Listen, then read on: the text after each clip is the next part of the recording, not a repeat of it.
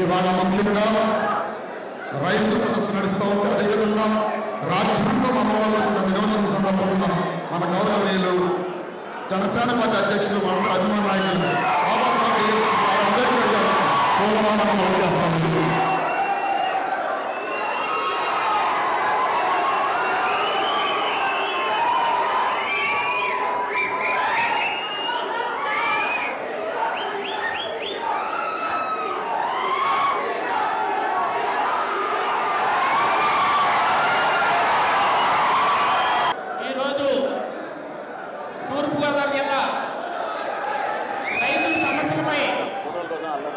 సమావేశానికి వచ్చేసిన గౌరవనీయులు పూజ్యులు మహారాష్ట్రీ జనసేన పార్టీ అధినేత పవన్ కళ్యాణ్ గారికి, ముఖ్య అతిథులు గౌరవనీయులు మనోహర్ గారికి, ఇక్కడ వేదిక మీద ఉన్న నాయకులందరికీ, వేదిక మీద ఉన్న రైతు సోదరులందరికీ, పత్రికా ప్రతినిధులందరికీ నా నమస్కారాలు తెలియజేసుకుంటూ, తూర్పుగోదావరి జిల్లాకు సంబంధించిన కంప్లీట్గా రైతులంతా కూడా వ్యవసాయం మీద ఆధారపడిన రైతులంతా కూడా కుటుంబాలన్నీ కూడా వ్యవసాయం మీద ఆధారపడిన రైతులు. ముఖ్యంగా మాకు వరి, కొబ్బరి, చెరుకు, అరటి, వెజిటబుల్స్, కాయగూరలు మాకు ముఖ్యమైన పంటలుగా ఉన్నాయి. ఆ పంటలకు సంబంధించి ముఖ్యంగా కోనసీమకు సంబంధించి మహానుభావుడు కాటన్ గారు తీసుకొచ్చిన డెల్టా మాకు ఏదైతే దేవదేశ్వర ఆనకట్ట ఇచ్చారో ఆ మహానుభావుడు వల్ల మేము ఇక్కడ 2 పంటలు పండించుకుని రైతులు కొద్దిగా జీవించడానికి వీలు కలిగింది. రైతులేమో వాళ్ళు ఎట్టు వచ్చినట్టు చిత్తిత్తని కానీ ఊరుకోవట్లేదండి. నీరు దిగబోతుందండి, డ్రైనేజీలు బాగుపట్టలేదు, చేస్తలేదండి. ఈ డ్రైనేజీలు బాగు చేస్తలేదండి. ఇప్పుడు పథకం పెట్టారు కదండి, ఆ పథకం కూడా పనుల్లో రావట్లేదండి అసలు ఎవరిలో కూడా. ఈ కోతలు అన్నాలో రోజుకి 500 అడుగుతున్నారండి, రోజు 500. ఇంక మీ పని ఇంక మేమేం తినవాడు, మేము మా పంట అంతా వాళ్ళు అట్టుపోతున్నారండి. అందుకంటే నేను ఇంకేం చెప్పలేను. నమస్కారం. చెప్పు. ఎన్ని ఎకరాలు చేస్తున్నారు మీరు? నేను వ్యవసాయం చేస్తానండి, 4 ఎకరాలు చేస్తానండి. చేస్తానండి.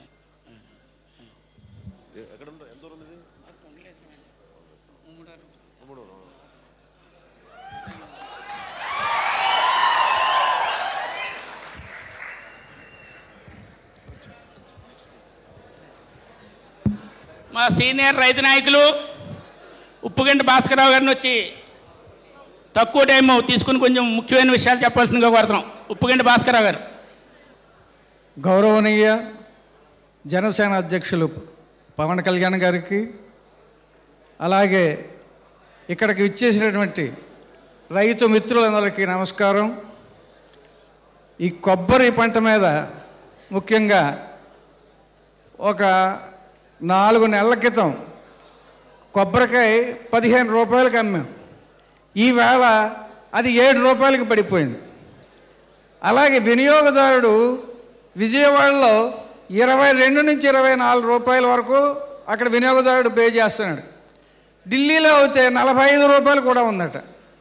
మరి ఉత్పత్తి ఖర్చులే మాకు 6 నుంచి 7 రూపాయలు అవుతాయి. ఉత్పత్తి ఖర్చులు కూడా రానప్పుడు మేము ఈ వ్యవసాయాన్ని ఎలా చేయాలి, అసలు ఎందుకు చేయాలి? 2011లో మేము 1,00,000 ఎకరాల కోనసీమలో పంట విరామం ప్రకటించాం. మరి ఆ దశకి మా నాయకులు మమ్మల్ని తీసుకెళ్తారా? మమ్మల్ని ఎప్పుడు ఏ దశలో మేము రైతు సమ్మె చేస్తాడు? కనవాళ్ళందరికీ 8 గంటల డ్యూటీలు లేదా 10 గంటల డ్యూటీలు, కంప్యూటర్ ఇంజనీర్ అయితే 12 గంటల డ్యూటీలు ఉంటాయి. రైతుకి 24 గంటలు చేసేవాడే రైతు. ఎందుకంటే మనం ఎరువులు వేసేసి పంట వేసి వచ్చేస్తే కాదు, దాన్ని కాపు కాసేవాడు కూడా. అందుకే కాపులని పేరు వచ్చింది, కాపు కాసేవాడు కాబట్టి అంచేది 24 గంటలు కాపులు కాయాలి. మేకలు తిన్నా, గొడ్డులు తిన్నా అన్నీ కాసుకుంటా కూర్చోవాలి. తుఫాను వచ్చినా ఏడకుండా ఉండాలంటే దానికి వాల్యుయేషన్ ముందుగానే. అందుకనే పంటల బీమా వ్యవస్థలో కోసిన తర్వాత కూడా 14 రోజులు 15 రోజుల వరకు రక్షణ ఇచ్చేటువంటి వ్యవస్థ ఇప్పుడు కొంత వస్తున్నది. అలాగే పంటను దాచుకునే వ్యవస్థ కూడా ఇవాళ కొబ్బరికాయలకు ఏవేది అవుతే 4 లక్షల రూపాయలు 2 లక్షల రూపాయలు సబ్సిడీ ఇచ్చి ప్యాక్ హౌస్లు ఇస్తున్నారు. వరికి కూడా అలాగే ఇవ్వాల్సిందిగా మేము డిమాండ్ చేస్తూ ఉన్నాం. అలాగే కొబ్బరిలో 12 రకాల ప్రాసెస్ చేసేటువంటి వాల్యుయేషన్ స్కీములు ఉన్నాయి. అవన్నీ కూడా రైతులకు అందేలాగా ఏదో కోటీశ్వర్లకి 100 కోట్లు పెడితే చేసేలా కాదు. ప్రతి గ్రామంలో ఓ 40-50 మంది రైతులు ఫార్మర్స్ ప్రొడ్యూసర్స్ ఆర్గనైజేషన్స్ పెట్టుకుని, అంటే చిన్న రైతు సంఘం పెట్టుకుని వాళ్ళ ద్వారానే కొన్ని ప్రోడక్ట్స్ కనుక వాల్యుయేషన్ చేస్తే అవి ఏదో ఒక బ్రాండ్ మీద, మాకు ఆల్రెడీ 1300 మంది రైతులతో కృషి వల్ల ఫార్మర్ ప్రొడ్యూసర్స్ కంపెనీ ఏర్పాటు చేసాం అంబాజీపేట కేంద్రంగా. అలాగే ఇతర గ్రామాల్లో కూడా ఒక 50 మంది రైతులతో ఎఫ్ఐఓలు ఏర్పాటు చేసి ఒక ప్రోడక్ట్ని డైరెక్ట్గా కొబ్బరికాయలు అమ్మటం కాకుండా దాన్ని చిన్న వాల్యుయేషన్, ఆ డొక్కను కూడా పీచు కింద తాళ్ళు కింద ఏర్పాటు చేసుకునే వ్యవస్థ వస్తే లాభదాయకమైన వ్యవసాయం ఏర్పడుతున్నది. దానికి మరి పవన్ కళ్యాణ్ గారు ఈ ఎఫ్ఈఓలకి అరకొర నిధులు ఇస్తూ ఉన్నారు. అలా కాకుండా ఎక్కువ నిధులు, తగినంత నిధులు, ఎక్కువ వద్దు మాకు, తగినంత నిధులు ఇస్తే చాలు ఆ రైతు సుఖంగా జీవించేలాగా, ఆనందంగా అతను ఆ వృత్తిని కంటిన్యూ చేసేలాగా చేయవలసిందిగా కోరుతున్నాం. అలాగే ఉపాధి హామీని అన్నది అనుసంధానం చేయడానికి 7 ముఖ్యమంత్రులతోటి కమిటీ వేశారు. ఆ రిపోర్ట్ 3 నెలలు ఇమ్మన్నారు, 3 నెలలు అయిపోయింది, ఇంకా రాలేదు అది. అంచేత దాంట్లో కూడా పే చేయాలంటే రైతులు కూడా మేము 100కి 20% మేము కూడా పే చేస్తాం. మా పార్టిసిపేషన్ లేనిది అది సక్సెస్ అవ్వదు. అంచేత దానికి ఉపాధి హామీ అనుసంధానం చేయటం, యాంత్రీకరణలో, ఎందుకంటే ఈ 2005 నుంచి వచ్చినటువంటి ఉపాధి హామీ పథకం వల్ల సోమరతనం కూలీలో కాదు మాలో కూడా పెరిగిపోయింది. అందుకని యాంత్రీకరణ వలన ఆహార భద్రత ఏర్పడేటువంటి లక్ష్యం ఉన్నది. దాన్ని 50% కానీ ఇంకా అసోషల్ కనుక ఇస్తే 70% చొప్పున కానీ ఇచ్చి ఈ ఆహార సంక్షోభం రాకుండా ఉండేలాగా పవన్ కళ్యాణ్ గారు పెద్దలంతా కూడా ఆలోచన చేయవలసిందిగా మనం చేసుకుంటూ సెలవు తీసుకుంటున్నాం. పెద్దలు కోనసీమ రైతు పరిరక్షణ సమితి అధ్యక్షులు రంబాల బోస్ గారిని వారి సందేశం తక్కువ టైంలో ఇప్పించవలసిందిగా కోరుతున్నాం. జనసేన వ్యవస్థాపక అధ్యక్షులు పవన్ కుమార్ గారికి, అలాగే ఈ కార్యక్రమానికి విచ్చేసినటువంటి రైతు సోదరులకి, సోదరీమణులకి, ఎలక్ట్రానిక్ మీడియా, ప్రింట్ మీడియా వారి అందరికీ కూడా కృతజ్ఞతలు తెలియజేసుకుంటూ, అయ్యా పవన్ కళ్యాణ్ గారు, రైతు వ్యవస్థ వచ్చినప్పటికీ మేము చాలా కాలం నుంచి చాలా ఇబ్బందులు పడుతూ రైతు ఉత్పత్తుల వ్యవహారంలో చాలా ఇబ్బందికరమైన పరిస్థితి ఎదుర్కొంటున్నాం. కారణం ఏంటంటే, ఒక్క విషయం, చాలా సబ్జెక్ట్ ఉంది దీని మీద, టైం కూడా చాలా తక్కువగా ఉందని చెప్పేసి మనం వాళ్ళు గొడవ పెడుతున్నారు. ఎంఎస్పి చేసుకుందామండి, minimum support price per paddy.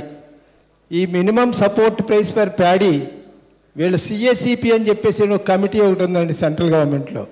వాళ్ళు 7 అంశాల మీద దాన్ని అబ్జర్వ్ చేసి దాన్ని ఫిక్స్ చేస్తుంటారండి. ఇక్కడ మనం గమనించవలసింది ఏంటంటే, మేము 2011 సంవత్సరంలో మేము రైతు ఉద్యమం చేసి క్రాప్ హాలిడే డిక్లేర్ చేసి మేము పంటలు ఓడ్చలేము, మాకు కిట్టట్లేదు అంచేత మేము క్రాప్ హాలిడే చేస్తున్నాం, మేము ఓడ్చమని చెప్పేసి 1,00,000 ఎకరాలని కోనసీమ అంతా కలిపి వ్యవసాయం ఊర్పు మానిపించి మేము ఉద్యమం చేసినట్లయితే అప్పుడున్న గవర్నమెంట్ వారు మోహన్ గంధా కమిటీ అని చెప్పేసి ఒక కమిటీని వేసి మోహన్ గంధా గారిని దానికి హెడ్ కింద వేసి ఇక్కడ మాకు పంపించారని కోనసీమ అంతా వచ్చి కోనసీమ అంతా తిరిగి వాళ్ళ పర్యవేక్షణ చేసిన తర్వాత వాళ్ళు చెప్పింది ఏంటంటే, ఈ కోనసీమలో అప్పుడు మాకు ఉన్నది క్వింటాల్కి 1,110 రూపాయలు ఎంఎస్పి గవర్నమెంట్ ఇచ్చిందండి. కోనసీమలో ఇక్కడున్న పరిస్థితులను అధ్యయనం చేసిన తర్వాత వాళ్ళు ఇచ్చిన రిపోర్ట్లో ఏం చెప్పారంటే, స్టేట్ గవర్నమెంట్ కింద పనిచేస్తున్నటువంటి అగ్రికల్చర్ డిపార్ట్మెంట్ వాళ్ళు స్టేట్లో ఒక క్వింటాల్ ధాన్యం పండించడానికి 1,261 రూపాయలు అవుతుందని చెప్పారండి.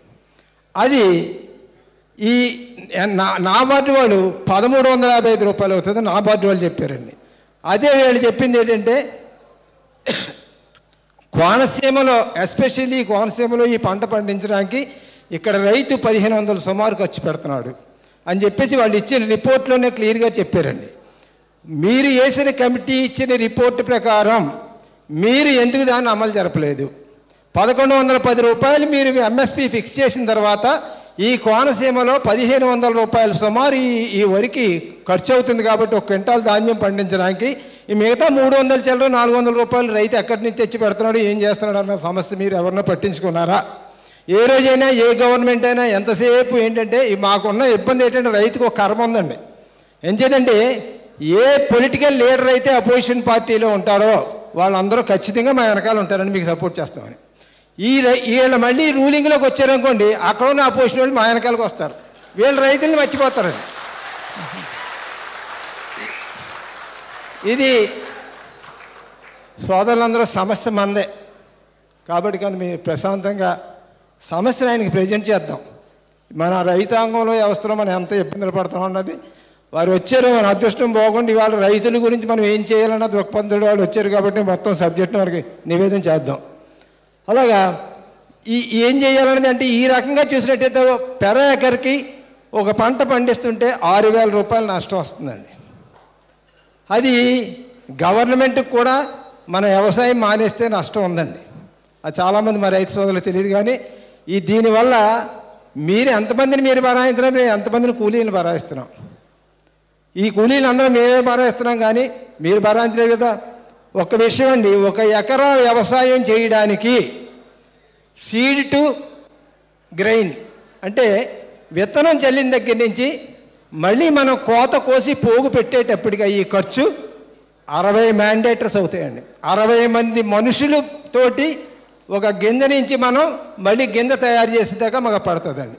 ఈవేళ ఉన్న మార్కెట్ పొజిషన్ బట్టి వ్యవసాయ కూలీకి మేము ఇస్తున్నది మినిమం 300 దగ్గర నుంచి 500 రూపీస్ ఇస్తున్నామండి. పోనీ 400 రూపాయలు చెప్పి చూసినా 24,000 రూపాయలు కేవలం వ్యవసాయ కూలీకి మాసులు చేయడానికి మేము ఖర్చు పెడుతున్నామండి. దీనికి కాక ట్రిల్లరింగ్ ఉందండి, ట్రాన్స్ప్లాంటేషన్ ఉంది, ఫెర్టిలైజర్స్ ఉన్నాయి, పెస్టిసైడ్స్ ఉన్నాయి, వీడ్లింగ్ ఉంది. ఈ అన్నిటిని ఖర్చు కలుపుకుంటే రైతుకి ఎంత అవుతుంది? ఇక ఫస్ట్ క్రాప్ దగ్గరికి వచ్చినట్టయితే ఫస్ట్ క్రాప్ మ్యాక్సిమం ఈల్డింగ్ మాకు వచ్చేది 25 బ్యాగ్స్ అండి. బ్యాగ్ ఈవేళ 1000 అంటే ఇవ్వాలంటే మార్కెట్ ప్రైస్ 1312 రూపాయలు గవర్నమెంట్ ఫిక్స్ చేసింది. కానీ గతంలోంచి ఈ మార్కెట్ ప్రైస్కి వేళ కొని పరిస్థితి లేదు. కారణం ఏంటంటే క్రాప్ హార్వెస్టర్స్ తీసుకొచ్చి మేము కోసేసి ఇమ్మీడియట్గా అమ్మేయటం పరిస్థితి జరుగుతుందండి. ఎంచేత మనం నిలవ పెట్టుకోవాలంటే ఇది 600 ఉండదండి. ఈ పరిస్థితిలో 1000 రూపాయలకి 1050 రూపాయలకి అమ్ముతున్నాం. ఈ పరిస్థితిలో 25 బస్తాలు మీరు అమ్మేటైతే 25,000 రూపాయలు వస్తుంది. ఈ 25,000 రూపాయలు 60 మంది కూలీలకి సరిపోతుంది తప్ప మా పరిస్థితి ఏంటి? మరి గతానికి ఇప్పటికీ మీకు తేడా ఏంటని మీరు అంటారేమో. ఒక విషయం అబ్జర్వ్ చేయండి, ఒక 50 సంవత్సరాలు 30 సంవత్సరాలు వెనక్కి వెళ్ళిపోయిన తర్వాత ఒక బస్తా ధాన్యం ఒక నేల మీద వంపి బస్తాకి 25 కొంచాలు ధాన్యం అండి. బస్తా ధాన్యం వంపినట్టయితే 25 మంది కూలోళ్ళకి కొలిసేవాళ్ళు అండి మేము. మా పెద్దలు నా చిన్నతనాన్ని నేను కూడా మనిషికి కొంచెడు చొప్పున 25 కొంచాల ధాన్యాన్ని 25 మంది కూలోళ్ళకి కొలిచేవాళ్ళు అండి. ఇవాళ 60 మందికి ఎంత అవుతుందండి? 2 బస్తాలన్నర అవుతుందండి మ్యాక్సిమం ఖర్చు. కానీ ఈ రోజుని మీరు అమ్మిన ఒక బస్తా ధాన్యానికి 2 కూలోళ్ళు వస్తున్నారండి. అంటే 60 మంది కూలోళ్ళని మనం బరాయించాలంటే 30 బస్తాల ధాన్యం అమ్మే పరిస్థితి అండి. మనకి ఈల్డింగ్ ఎంత వస్తుంది, ఏం జరుగుతుందనో తెలియదు. ఇకపోతే ఇక్కడ మీరు అబ్జర్వ్ చేయవలసి వచ్చింది, మాకు రైతుకి కరువు వస్తుంది సార్. లాసు అంటే కరువే కదండి. 2004 సంవత్సరం వరకు ఏ అధికారిని కానీ ఏ రాజకీయ నాయకుడిని కానీ ఏ పొలిటికల్ పార్టీని కానీ మాకు కిట్టలేదు అన్న మాట మా నోటెంపటి రావలేదు.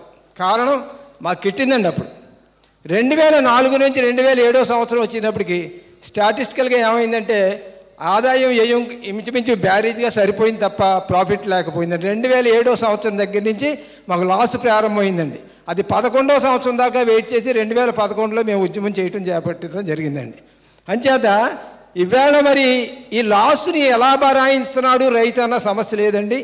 ఇంకా పోతే కౌలుదారులు అయినప్పటికీ అయితే వీళ్ళు ఏంటంటే లాస్ బరాయించలేక ఎక్కడో అప్పు తెచ్చి పెడతాడండి. అప్పు తట్టుకోలేక అప్పును బరాయించలేక ఉరి తీసుకుని చచ్చిపోతున్నాడండి. ఇక్కడ పరిస్థితి ఏంటంటే మనకి సెంట్రల్ గవర్నమెంట్ని సుప్రీంకోర్టు అడిగిందండి, స్టేట్ గవర్నమెంట్ని హైకోర్టు అడిగిందండి. రైతుల యొక్క ఆత్మహత్యల గురించి మీరు తీసుకున్నది ఏంటి, మీరు తీసుకునే చర్యలు ఏంటి అంటే, మన గవర్నమెంట్ వాళ్ళకి ఇచ్చిన ఇన్ఫర్మేషన్ ఏంటంటే అండి, పర్సంటేజ్ ఆఫ్ సూసైడ్లు తగ్గించాం మేము అన్నారు.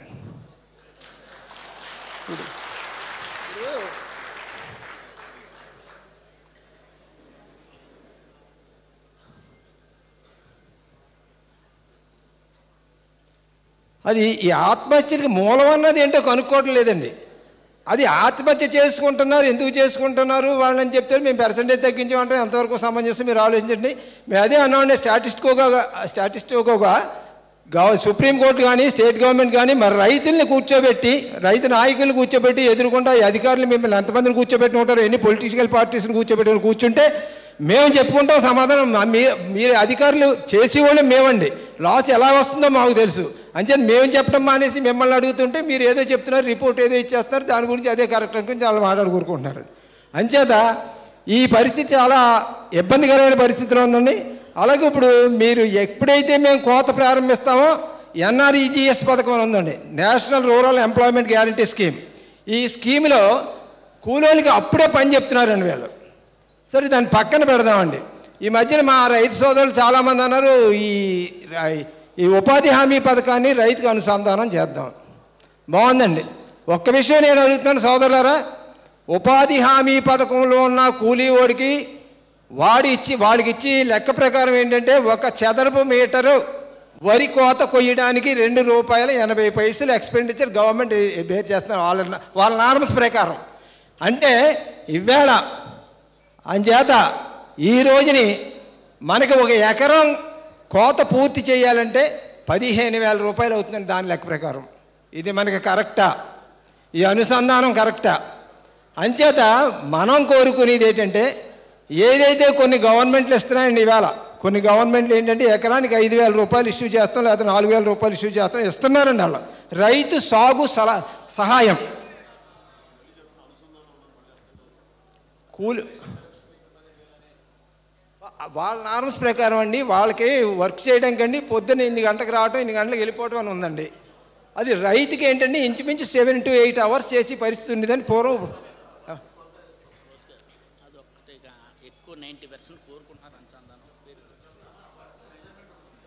అదే ఆ మెజర్మెంట్ ప్రకారమే అండి. అగ్రికల్చర్ డిపార్ట్మెంట్ వాళ్ళు చెప్తారండి, వీళ్ళు అనుసంధానం చేసిన ప్రకారం వాళ్ళకి ఇచ్చి టైము, వాళ్ళ షెడ్యూల్, వాళ్ళు చేయవలసిన పని ఉందండి. ఆ టైం ప్రకారం ఒక చదరపు మీటర్ కోత కోయడానికి ₹2.80 ఖర్చు అవుతుందండి. ఆ లెక్క ప్రకారం ₹15,000 ఒక కోతకు అవుతుందండి మనకి. పంట ఒక ఎకరాని కోతకండి, ఒక ఎకరం కోతకి. జనరల్గా మనం ఏంటంటే ఒక ఎకరం కోతకి ఒక ఎనమండూరు కూలీ నెట్టి మనం కోయిస్తామని, ఎనమండూరుకి మ్యాక్సిమం భరాయించగలిగితే ₹4,000 అవుతుంది మనం. ఈ పరిస్థితిలో మనం ఎంతవరకు వాళ్ళ నుంచి మనం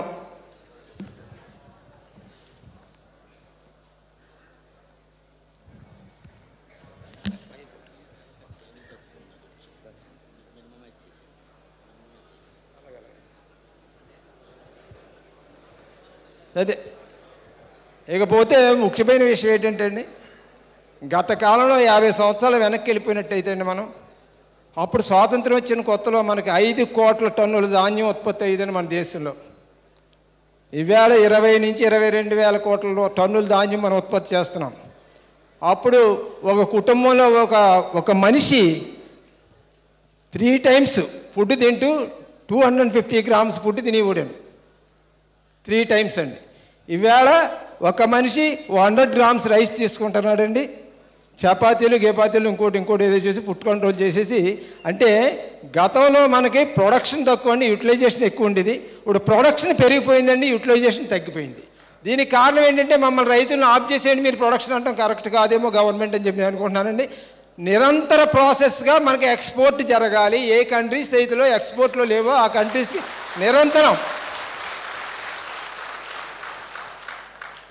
ఈవేళ ఏదో మనకి ఉంది కదా, ఈవేళ ఎక్స్పోర్ట్ చేసేసి మళ్ళీ 4 సంవత్సరాల తర్వాత మానేయటం జరిగినట్టయితే అది కరెక్ట్ కాదు. నిరంతర ప్రాసెస్ జరుగుతూ ఉంటే మాకు బెనిఫిట్ ఎంతో కొంత జరుగుతుందండి.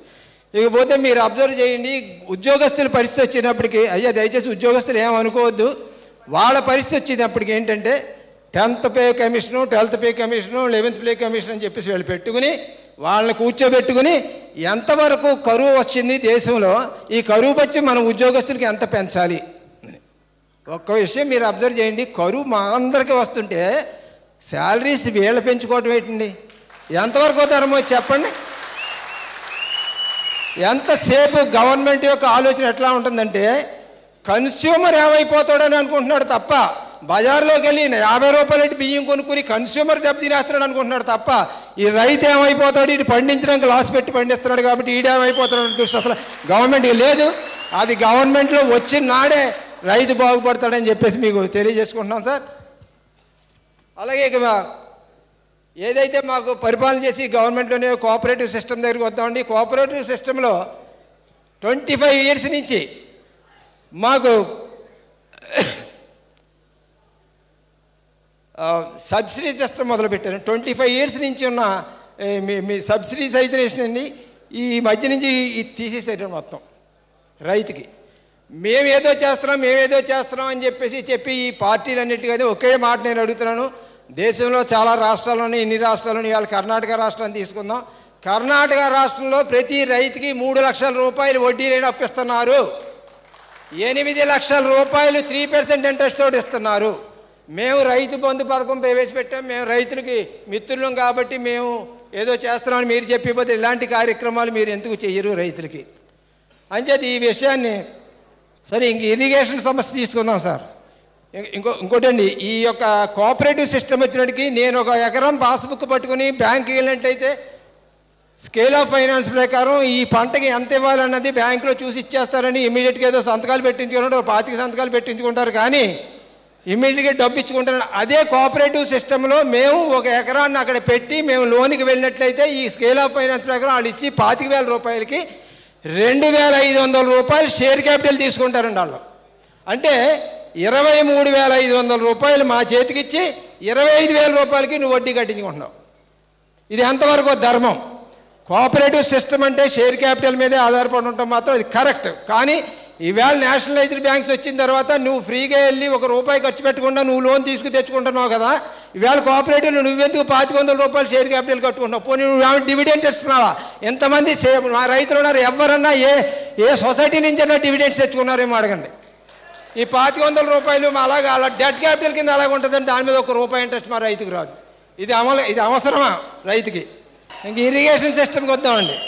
ఇరిగేషన్ సిస్టమ్ అంటే అండి, మనకు బ్రిటిష్ కాలం నుంచి ఏప్రిల్ 15వ తారీఖు నాటికి కెనాల్స్ క్లోజ్ చేస్తారండి.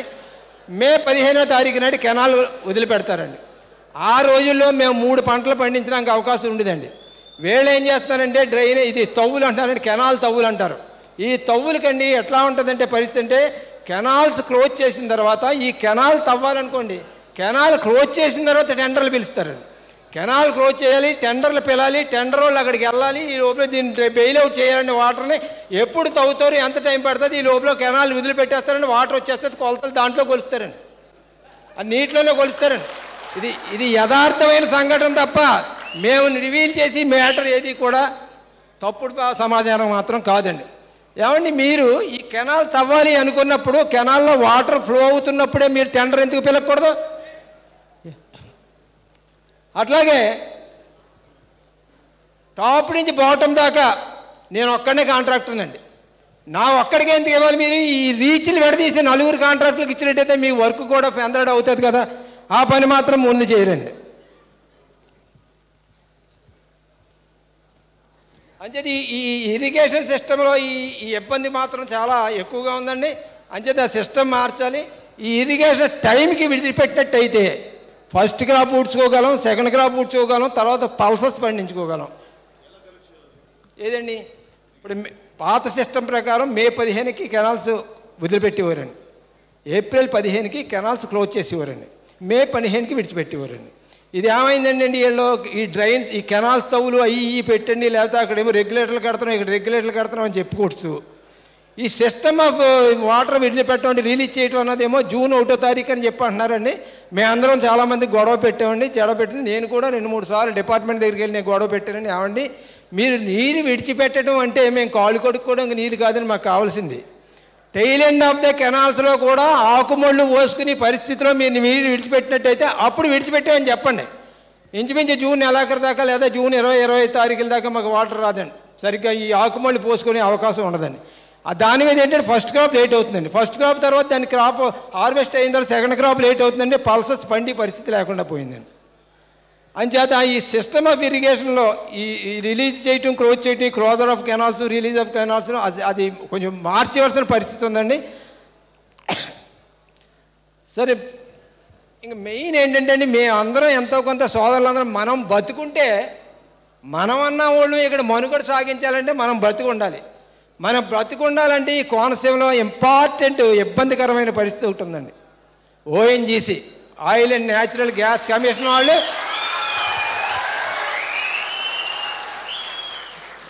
దయచేసి నిశ్శబ్దం.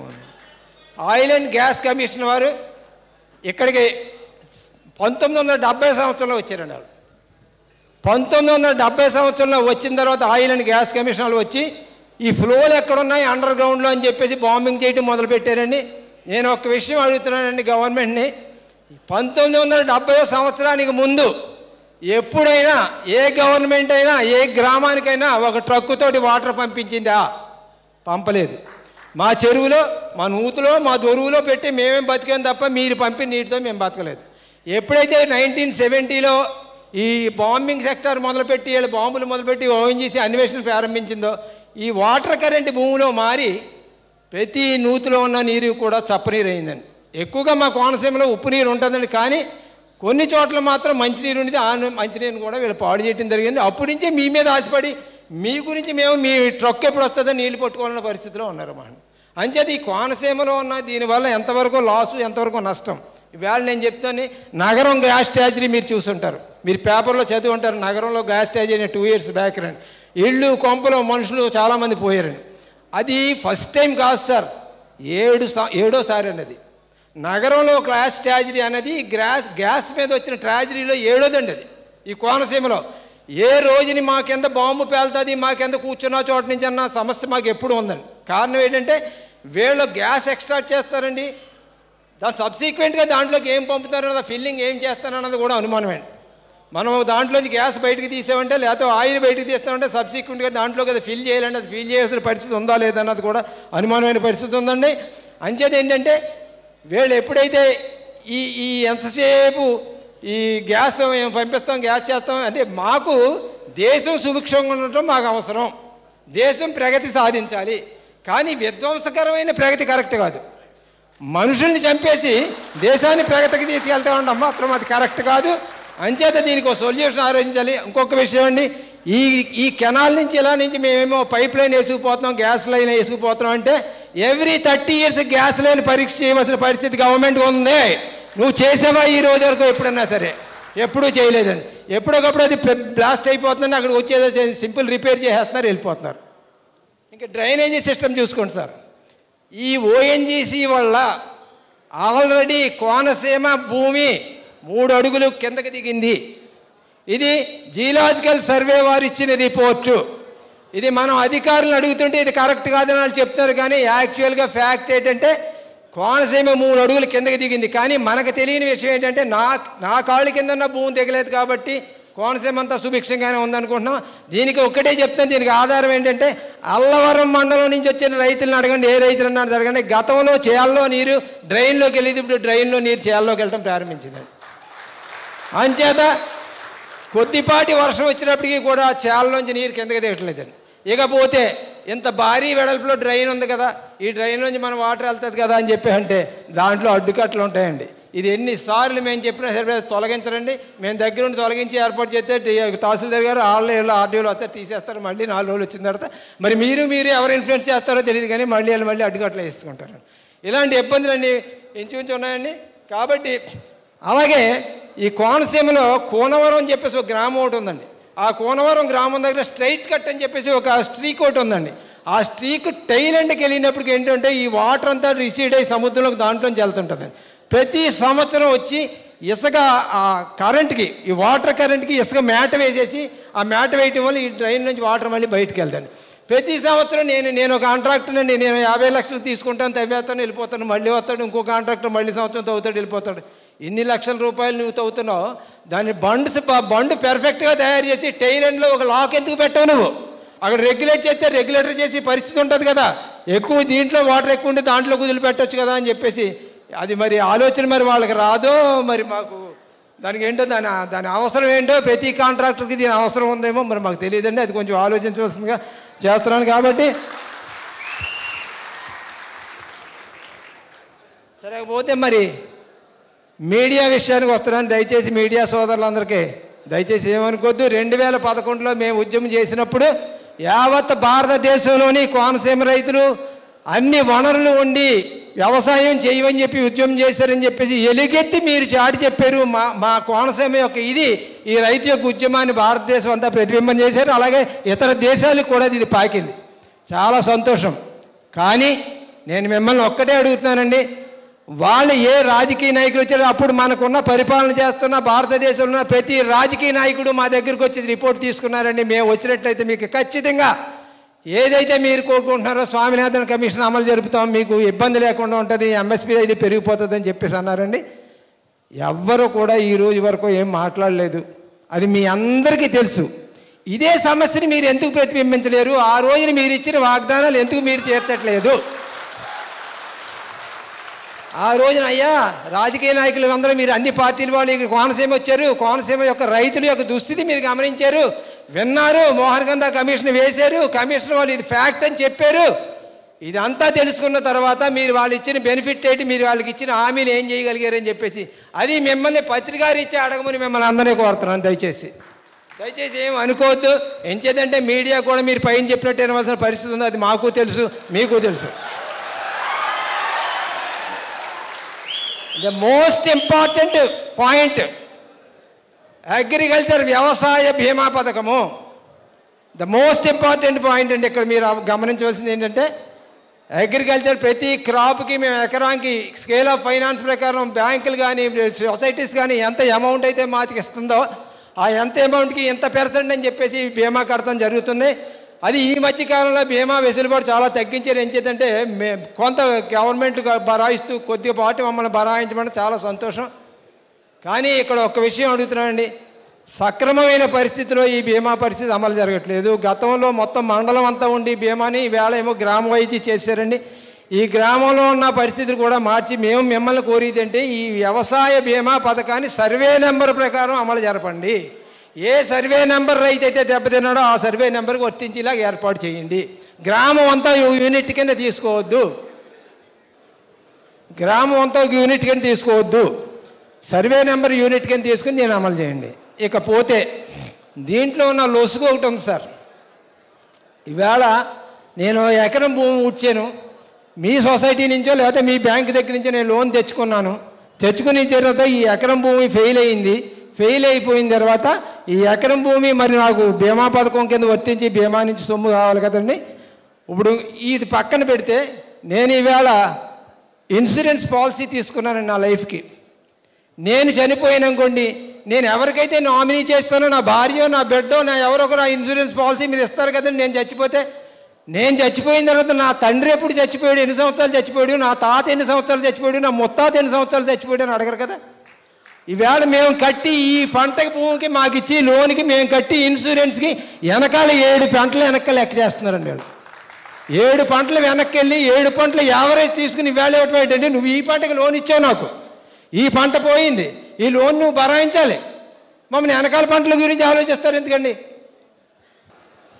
ఇకపోతే ఇప్పుడు రైతు ఏదైనా వర్షాలు కానీ ఇంకోటి వచ్చి నష్టపోయినప్పుడు మాకు ఇన్పుట్ సబ్సిడీ అని చెప్పేసి, అయ్యా దయచేసి సోదరులు ఒక్క 2 నిమిషాలు ముగించేస్తాను, ఒక్క 2 నిమిషాలు నిశ్శబ్దం అనుకుంటున్నాం. ఇన్పుట్ సబ్సిడీ ఇస్తారండి మాకు. ఇన్పుట్ సబ్సిడీ ఇచ్చినప్పుడు ఈ ఇన్పుట్ సబ్సిడీ గవర్నమెంట్ వేరే విధంగా వాడుకోవాల్సిన పరిస్థితి సృష్టించకుండా చూడమని కోరుతున్నాం మేము. ఏం చేద్దంటే నీలం తుఫాను బ్యాలెన్స్ ఇంకా మిగిలిపోయింది, తర్వాత హేలెన్ వచ్చింది, తర్వాత హుద్హుద్ వచ్చింది, తర్వాత ఇంకో తుఫాను వచ్చింది. వీటికి వచ్చినటువంటి ఇన్పుట్ సబ్సిడీ ఇవాళ ఏ రైతుకి ₹1 అంది ఉండలేదు. అంచేత ఈ అమౌంట్లు ఏమవుతున్నాయి, ఇప్పుడు ఏదొచ్చినా సరే రైతు మీదే పడుతుందండి. ఏదొచ్చినా సరే రైతుని ఇబ్బంది పెట్టి పరిస్థితి రాకూడదు మాకు. అంచేత ఇకపోతే మేము చెప్తున్నామండి, మీరు చాలా వినే ఉంటారు పోలవరం పరిస్థితి గురించి. పోలవరం గురించి మేము చెప్తున్నాం, పోలవరం చాలా ఇంపార్టెంట్ సమస్య. దీనికి కారణం ఏంటంటే పూర్వం ఒక 100 సంవత్సరాలు వెనక్కి వెళ్ళిపోయినట్టే సర్ ఆర్థర్ కాటన్ గారు పోలవరాన్ని కట్టక ముందు మా ఏరియాలో ఉన్న భూమి అంతా కలిపి వర్షం వస్తే వర్షాధారంగా దుక్కు దునుకుని ఆ దుక్కులో జొన్న పంట వేసుకుని ముతక బట్టలు కట్టుకుని మేము జొన్న కూడు తింటూ ఉండేవాళ్ళండి. సర్ ఆర్థర్ కాటన్ గారు దయ అంటే అది వచ్చింది మాకు. కానీ ఇప్పుడు మీకు వచ్చిన ఇబ్బంది ఏంటంటే barrage is for diversion of water but not storage. Barrage అన్నది ధవళేశ్వరం దగ్గర ఉన్న బ్యారేజ్ అన్నది వాటర్ని డైవర్ట్ చేయడానికి పనిచేస్తుంది తప్ప స్టోరేజ్ కెపాసిటీ చాలా మినిమంగా ఉంటుంది. అంచేత 1857 టు 1862లో ఆర్దన్ తోట గారు కాటన్ తోట గారు బ్యారేజీ కట్టిన టైంలోనే ఆయన ఒక మాట చెప్పాడండి. Whatever flood water is going into the sea it is all liquid gold, please save it. అంచేత ఇది మీరు సేవ్ చేయాలి అంటే ఖచ్చితంగా ఈ యొక్క డెల్టా ఆయకట్లో ఉన్నటువంటి 9,50,000 ఎకరాల స్థిరీకరణ జరగాలి అంటే ఖచ్చితంగా ఏదో రోజున పోలవరం కట్టి తీరాలని ఆనాడే చెప్పాడండి ఆయన. అంచేత ఈ పోలవరం ప్రాజెక్ట్ ఇవాళ ఆవశ్యకత ఎందుకు వచ్చింది మాకు అని చెప్తే మీకు ఒక చిన్న వివరణ ఇస్తానండి. ఈవేళ మా సెంట్రల్ డెల్టా కానీ వెస్టర్న్ డెల్టాలో కానీ ఉన్న భూములన్నిటికీ కావాల్సిన వాటర్ ఎంతంటే డైలీ 14,000 క్యూసెక్కుల వాటర్ మాకు వచ్చినట్టయితేనే మా ఈ స్థిరీకరణ జరుగుతుందండి. అయితే అక్టోబర్ నెల వచ్చినప్పటికి ఈ జీవనదులన్నీ గతంలోకి లేకుండా ఈవేళ జీవనదుల్లో ఇన్ఫ్లో తగ్గిపోయిందండి. కేవలం అక్టోబర్ నెల వచ్చినప్పటికి 2,000 క్యూసెక్కుల నీరే మనకు వస్తుంది. ఈ 2,000 క్యూసెక్కుల నీళ్ళని 14,000 క్యూసెక్కుల నీళ్ళతోటి మనం ఎక్కడ సమతూకం చేయగలం. అంచేత ఈవేళ సీలేరు నుంచి కానీ బలిమల్లి నుంచి కానీ ఇంకో చోట నుంచి కానీ నీరు దింపుకుని పరిస్థితి వస్తుందండి. అవి కూడా డ్రై అయిపోతే ఈ ఏరియా అంతా డ్రై అయిపోతుంది. అంచేత పోలవరం ఆవశ్యకత గురించి మేము మొట్టమొదటి నుంచి చెప్పుకొచ్చామని. అలాగే పోలవరానికి కావలసినటువంటి సైట్ క్లియరెన్స్లు కానీ పబ్లిక్ హీరింగ్ కానీ కాలుష్య నియంత్రణ నుంచి కానీ పర్యావరణ అనుమతి గురించి కానీ ఇన్ప్రిన్సిపల్ క్లియరెన్స్ గురించి కానీ కేంద్ర గిరిజన వ్యవసాయ రక్షణ గురించి కానీ ఫారెస్ట్ క్లియరెన్స్ కానీ కేంద్ర వన్యప్రాణి సంరక్షణ గురించి కానీ టెక్నికల్ అడ్వైజరీ గురించి కానీ మొత్తం 9 అంశాల మీద మనకి క్లియరెన్స్లు వస్తే తప్ప పోలవరం బ్యారేజ్ కట్టే ఆవశ్యకత లేదు. కానీ 2009కే మొత్తం క్లియరెన్స్ అని రావడం 2005 నుంచి స్టార్ట్ అయ్యి 2009వ సంవత్సరం వచ్చినప్పుడు మొత్తం అన్నీ క్లియర్ అయినాయి. అప్పటి నుంచి ఈవేళ 9 సంవత్సరాలు అయింది. ఇవాళ పోలవరం బ్యారేజ్ మేము కట్టామని చెప్పేసి మొత్తం మీద వాళ్ళు ఎవరు కట్టామని మాకు అనవసరం. మాకు కావాల్సింది బ్యారేజ్. ఏ గవర్నమెంట్ కడుతున్నారు ఎవరు ఏం చేస్తున్నారనేది మాకు అవసరం లేదు. మాకు కావాల్సింది పోలవరం బ్యారేజ్. ఈ బ్యారేజ్ ఎంత త్వరగా తయారైతే మేము సుభిక్షంగా ఉంటాం. ఈ బ్యారేజ్ లేకపోయినట్టయితే మాత్రం భవిష్యత్తులో మేమంతా ఈ బౌలు పట్టుకు తిరగాల్సిన పరిస్థితి వచ్చింది. అది క్రియేట్ చేయవద్దని గవర్నమెంట్ మేము కోరుకుంటూ మరి ఈవేళ పవన్ కళ్యాణ్ గారు ఈ రైతుల యొక్క సమస్యలన్నీ వినడానికి వచ్చి సావకాశంగా మాకు ఈ అవకాశాన్ని కల్పించి ఈ రైతు సమస్యలను విన్నందుకు మా రైతులు అంత యావత్ కోనసీమ రైతుల తరపున ఆయనకి కృతజ్ఞత తెలియజేసుకుంటూ నేను ఎంతో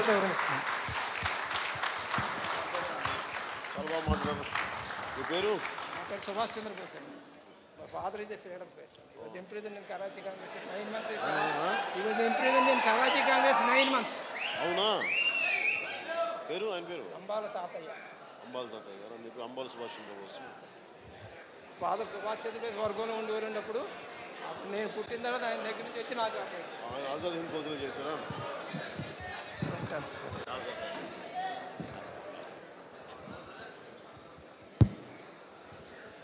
మరో ముఖ్య రైతు నాయకుడు మరి కొద్దిగా కాలాతీతం అయింది కాబట్టి తక్కువ టైంతో పూర్తి చేయవలసిందిగా కోరుతున్నాం. తిక్కిరెడ్డి గోపాలకృష్ణ గారిని మాట్లాడవలసింది కోరుతున్నాం. అన్ని విషయాలు పేపర్ మీద సార్కి ఇచ్చాం. బోస్ గారు చెప్పిన అన్ని విషయాలు కూడా పేపర్ మీద సార్కి ఇచ్చాం. టైం తీసుకోకూడదు, అంతకంటే ఏం లేదు.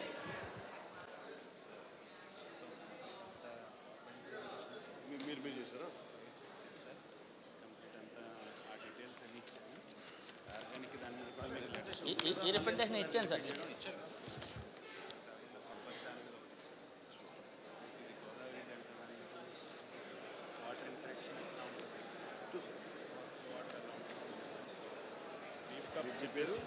తిక్కిరెడ్డి గోపాలకృష్ణ సార్. ఒక్క 1 మినిట్లో బ్రీఫ్గా చెప్పేస్తాను. అలా బ్రీఫ్గా చెప్పేస్తాను.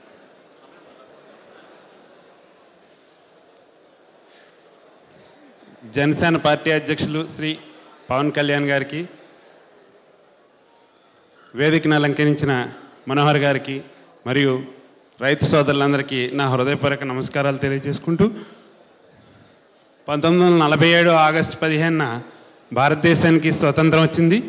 కానీ నేటికి కూడా రైతులకి ఏ విధమైనటువంటి స్వాతంత్రము రాలేదు. ఈ స్వాతంత్రం ఎందుకు రాలేదని మనం చెప్తున్నామంటే, ఒక పారిశ్రామికవేత్త తన ఉత్పత్తిని తనే ధర నిర్ణయించుకుంటాడు. అలాగే ఒక సర్వీస్ సెక్టార్లో వ్యక్తి తన సర్వీసెస్కే తనే ధర నిర్ణయించుకోవడం జరుగుతుంది. కానీ రైతు తన భూమిలో తాను పండించినటువంటి పంటకి కనీసం ధర నిర్ణయించుకునే స్వేచ్ఛ కానీ, ఆ పంటని ఎక్కడ కావాలంటే అక్కడ అమ్ముకునే స్వేచ్ఛ కానీ లేదు. ఇది నాటి నుంచి పాలకులు మన మీద చూపించినటువంటి విధానం ఇది. కనీసం సమాజంలో ఉన్నటువంటి అన్ని వర్గాల వారికి హెల్త్ ఇన్సూరెన్స్ బీమా ఉన్నప్పటికీ కూడా రైతు వర్గానికి ప్రభుత్వం పరంగా ఏ విధమైనటువంటి ఇన్సూరెన్స్ కూడా లేకుండా ఉన్నది. అలాగే స్వామినాథన్ కమిటీ సిఫారసులు చేసినటువంటి ప్రధానమైనటువంటి ఉత్పత్తి వ్యయాన్ని మీద 50% ధర కలిపి ఇవ్వాలనే దాన్ని కూడా ప్రభుత్వాలు గతం నుంచి తొక్కుపెట్టి అట్లా ఉంచారు.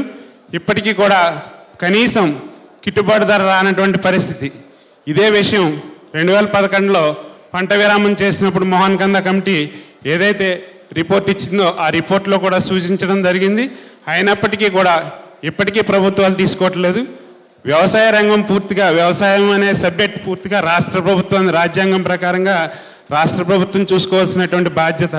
కానీ దీన్ని కేంద్ర ప్రభుత్వం ధర నిర్ణయిస్తుంది కాబట్టి ఆ ధరలే అని చెప్పేసి రాష్ట్ర ప్రభుత్వం తప్పించుకోవాలని చూస్తాం తప్ప, రాష్ట్రంలో ఉన్నటువంటి రైతాంగానికి రాష్ట్ర ప్రభుత్వం ఏ విధంగా బాసటగా నిలుస్తుంది అనేది ప్రశ్నార్థకంగా మారుతుంది. కాబట్టి ప్రభుత్వాలు కూడా రాజ్యాంగం ప్రకారంగా రైతులకు ఉండే హక్కుల్ని కాపాడాలని, దీని మీద పూర్తిగా డీటెయిల్స్ మీకు ఇవ్వటం జరిగింది. కాబట్టి ఈ విషయాలను పూర్తిగా క్షుణ్ణంగా పరిశీలిస్తారని ఆశిస్తూ ధన్యవాదాలు. సెలవు తీసుకుంటాను.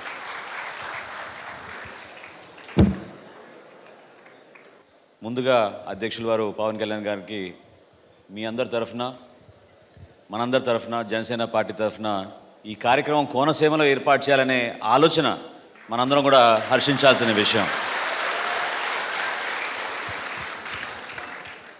ఎంత దురదృష్టకరమైన పరిస్థితి అంటే, కోనసీమ రైతాంగం గురించి, ఈ ప్రాంతం గురించి ఆంధ్రప్రదేశ్లోనే కాదు దేశవ్యాప్తంగా అందరు ఇక్కడ చూసి అసూయపడుతూ ఉంటారు. కానీ అది బయటికి కనపడే పిక్చర్, వాస్తవాల మీద తెలుసుకుంటూ ఉంటే ఎంతో బాధ కలిగిస్తూ ఉంటుంది. ఈరోజు ఉన్న పరిస్థితుల్ని ఒకసారి మనం విశ్లేషించుకుంటే ప్రభుత్వ యంత్రాంగంలో ఉన్న లోపాలు చాలా స్పష్టంగా మనకు కనపడుతూనే ఉన్నాయి. మనస్ఫూర్తిగా చెప్తున్నా, నేను పెద్దలందరూ మాట్లాడుతున్నప్పుడు రాత్రే కళ్యాణ్ గారు నేను తిరిగి వస్తున్నప్పుడు కారులో మాట్లాడుకుంటూ వచ్చాం. ప్రభుత్వం సరైన రీతిలో స్పందిస్తే, అధికార యంత్రాంగం సరైన రీతిలో స్పందిస్తే, రాజకీయ నాయకులు ఒక విలువలు కట్టుబడి రాజకీయాలు చేస్తే ఇటువంటి పరిస్థితి ఏనాడు కూడా రాదు. సంవత్సరాల నుంచి, దశాబ్దాల నుంచి ఒక ఎన్నిక తర్వాత ఇంకో ఎన్నిక గురించి ఆలోచించుకుంటున్నారు. కానీ రాబోయే రోజుల్లో ఒక 50 సంవత్సరాల గురించో 25 సంవత్సరాల గురించో ఆలోచించుకునే నాయకులు లేకపోవడం వల్లనే మనకి కర్మ పట్టింది ఈ రోజున మనకి భారతదేశంలో. అసలు కోనసీమ అంటే ఏ విధంగా ఇతర రాష్ట్రాల్లో మాట్లాడుకుంటారు, ఇతర ప్రదేశాల్లో రైతులు ప్రత్యేకంగా బస్సులో వచ్చి మరి ఇక్కడ ఉన్న రైతాంగంతో కలుసుకుని వాళ్ళు చేస్తున్న వ్యవసాయం గురించి తెలుసుకోవాలనే తపన చాలా ప్రాంతాల్లో నాకు కనపడేది. కొంతమందికి గుర్తుండొచ్చు, టీఆర్ఎస్ పార్టీ కొత్తగా ప్రారంభించినప్పుడు చంద్రశేఖరరావు గారు కొంతమందిని బస్సులో పంపించారు అక్కడే ఉన్న రైతాంగాన్ని. ఒకసారి పోయి చూసండి వాళ్ళకి ఎట్లా కాలువలు ఉన్నాయి, ఎంత నీరు ఉన్నాయి, ఏ విధంగా రైతులు అక్కడ సస్యశ్యామలంగా భారతదేశానికి ముందు తీసుకెళ్తున్నారని. గ్రీన్ రెవల్యూషన్ అని మనం మాట్లాడుతాం 71లో స్వామినాథన్ గారి టైంలో. కానీ గ్రీన్ రెవల్యూషన్ ఎప్పటి నుంచి ఉంది మన దగ్గర? తరతరాల నుంచి మన తాతలు ముత్తాతలు ఆ కాటన్ దొర గారి మరి చలవతోటి ఇక్కడ జరిగిన ఇరిగేషన్ సిస్టము, ఈ డెల్టా ప్రాంతాన్ని ఏ విధంగా మనం అభివృద్ధి చేసుకున్నాం. మీరు పడిన కష్టాలు, మీరు జాగ్రత్తగా ఈ వ్యవసాయాన్ని కాపాడుకుంటూ మీ బిడ్డలు కూడా ఇచ్చే పరిస్థితి తీసుకురావడం వల్లనే ఈ ప్రాంతాన్ని మనం ఈ విధంగా కాపాడుకోగలిగాం. ఈ రోజుకి కూడా 60 నుంచి 70% మన భారతదేశం ఎకానమీ వ్యవసాయం పైన ఆధారపడి ఉంది. దాని గురించి తెలుసుకొని వాళ్ళు పాలకులుగా మారితే వాళ్ళు మూర్ఖులుగా మిగిలిపోతున్నారు. వ్యవసాయాన్ని విస్మరించి వ్యవసాయ రంగం ద్వారా సరైన అభివృద్ధి జరగదని, గిట్టుబాటు లేదని, అనేక కారణాలతోటి మీకు ఇవ్వాల్సిన సబ్సిడీలు తగ్గిస్తున్నారు. రైతుకి ఇవ్వాల్సిన అండని మర్చిపోయి ప్రభుత్వాలు ఏదో కొత్తగా మనం ఎప్పుడు వినని మాటలు వింటున్నాం. ఈ రోజున ఐటీ సెక్టర్ వల్లనో ఇతర సెక్టర్ వల్లనో ఉద్యోగాలు తీసుకొస్తుంటే, ఇందాక ఆయన అన్నట్టు అభివృద్ధిని మనం ఎక్కడ మనం ఆటంకులుగా మారం. అభివృద్ధి ఉండాలి, కానీ మనం వేసుకున్న ఫౌండేషన్ వ్యవసాయ రంగానికి మనం ఇవ్వాల్సిన భారీగా మనం ఇవ్వాల్సిన ఒక మంచి కమిట్మెంట్ తోటి ఉన్న ప్రభుత్వాన్ని మర్చిపోయి వీళ్ళేదో స్వతహాగా కొత్త ఆలోచనలు తీసుకొస్తున్నారు. ఇందాక మోహన్ కందా గారి గురించి చెప్పారు. నిజంగా ఇదివరకు నాకు బాగా గుర్తు, మా తండ్రి గారు చాలా సంవత్సరాలు మంత్రిగా ఉన్నారు కాబట్టి ఒక చీఫ్ సెక్రటరీని ఎంపిక చేయాలంటే ఆంధ్రప్రదేశ్ రాష్ట్రానికి ఈ జిల్లాకి కలెక్టర్గా చేశాడా లేదా అని ముందు చెక్ చేసేవాళ్ళు. అటువంటి అధికారులు ఉండేవాళ్ళు. వాళ్ళు ఇక్కడ మీకు పనిచేసిన 3 సంవత్సరాలు 2.5 సంవత్సరాల్లో పూర్తి స్థాయిలో మీతోటి కలిసిపోయి క్షేత్రస్థాయిలో పర్యటించి మీ సమస్యలేంటి తెలుసుకుని, వ్యవసాయం గురించి తెలుసుకుని, ఆపదల గురించి తెలుసుకుని, డెల్టా సిస్టమ్ గురించి తెలుసుకుని వీళ్ళు ఆ స్థాయికి ఎదిగేవారు. ఈ రోజున మనం కర్మగాలి ప్రతి సంవత్సరం మనం చేసే కార్యక్రమే కదా ఇది. కాలువలు ఎందుకు మనం మే జూన్లో టెండర్లు పిలుస్తాం చెప్పండి? కాలువల మరమ్మతులు ఎవరైనా మే జూన్లో పిలుస్తారా? అది మీరు డిసెంబర్లో చేసుకోలేరా? నవంబర్లో చేసుకోలేరా? ఆ దుస్థితి ఎందుకు ఏర్పడిందంటే ఇప్పుడున్న వ్యవస్థ. ఆ వ్యవస్థ మార్చడానికే పవన్ కళ్యాణ్ గారు అడుగేశారు. అందులో భాగంగానే మనందరం కూడా ఆ విలువల్ని మనం గుర్తించాలి.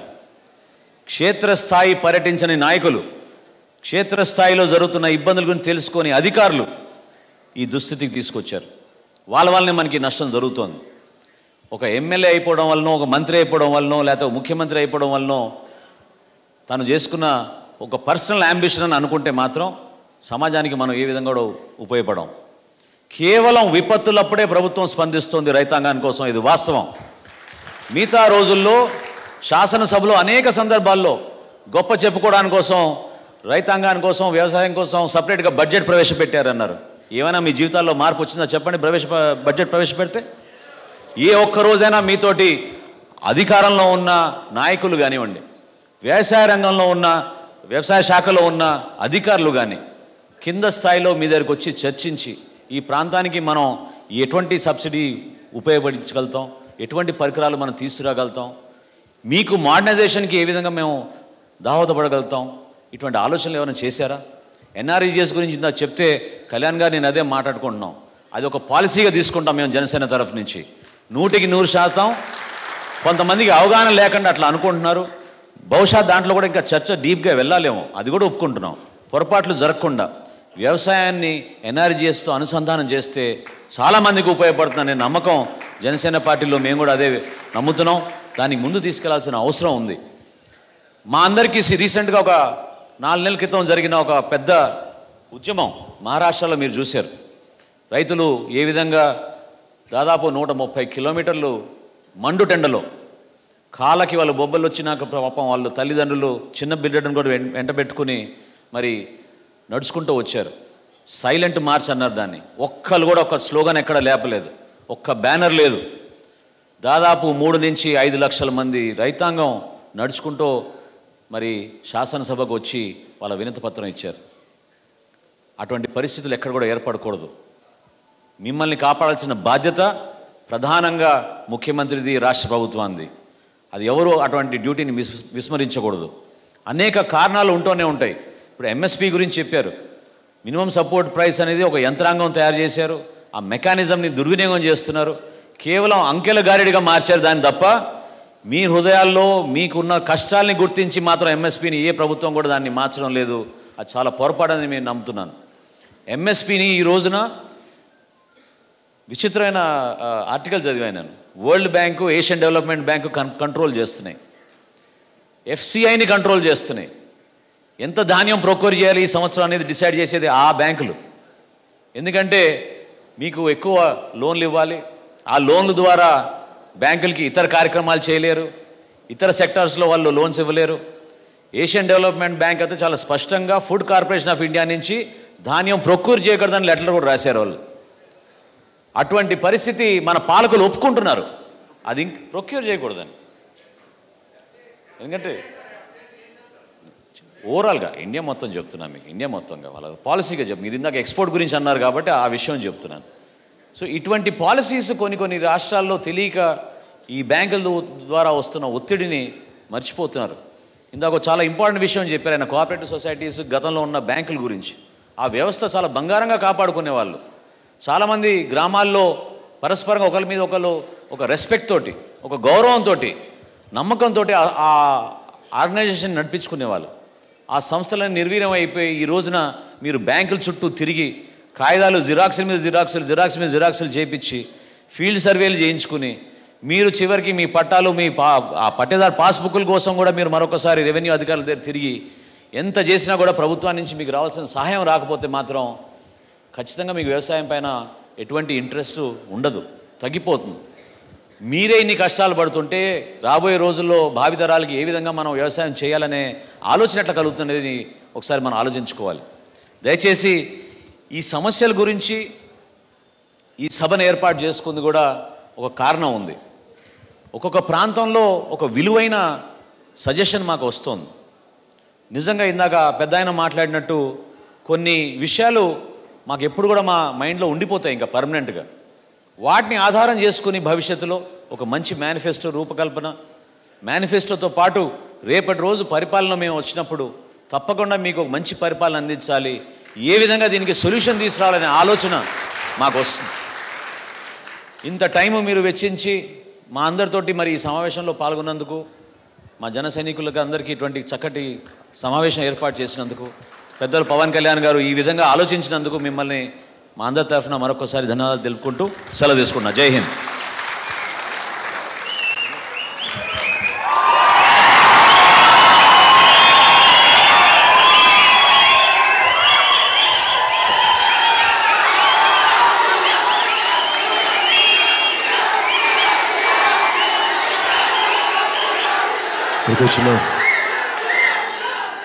ఇక్కడికి వచ్చిన పెద్దలందరికీ, భారతీయ కిసాన్ సంఘ్ తరపున వచ్చిన రైతు నాయకులందరికీ, మా జనసేన పార్టీ నాయకులందరికీ, మా సోదరులు మా నాయకులు నాదెళ్ల మనోహర్ గారికి, ఇక్కడికి వచ్చిన జన సైనికులకి, ఆడపడుచులకి, రైతులకి, పేరు పేరున ప్రతి ఒక్కరికి జనసేన పార్టీ తరపున, నా తరపున మీ అందరికీ నా హృదయపూర్వక నమస్కారాలు తెలియజేసుకుంటున్నాను. ఈ రోజున నేను చిన్నప్పటి నుంచి చాలా బాధ ఎక్కడ ఉండేదంటే, ఒక పచ్చని చెట్టుని కొట్టేస్తూ ఉంటే ఏడుపు వచ్చేసేది. చిన్నప్పుడు ఎప్పుడు ఒక చెట్టుని కొట్టేస్తే, ఒక మామిడి చెట్టుని ఏం చేశాను, మళ్ళీ ఎప్పుడు పెరుగుద్దో ఈ చెట్టు, నేటిని ఎప్పుడు ఇస్తామని చెప్పి. ఆ రోజు నుంచి కూడా, నా చిన్నప్పటి నుంచి కూడా చాలా బాధాకరమైంది ఏంటంటే, పచ్చని చెట్లను కానీ, ప్రకృతిని కానీ, పర్యావరణాన్ని కానీ ధ్వంసం చేసే పరిస్థితులు, విధ్వంసకరమైన ప్రగతి. ఇందాక మాట్లాడుతూ ఉంటే అనిపించింది, ఎక్కడో చోట దీన్ని ఒక బాధ్యతతో కూడిన వ్యక్తులు ఉండాలి, సమాజంలో రాజకీయాల్లోకి రావాలి.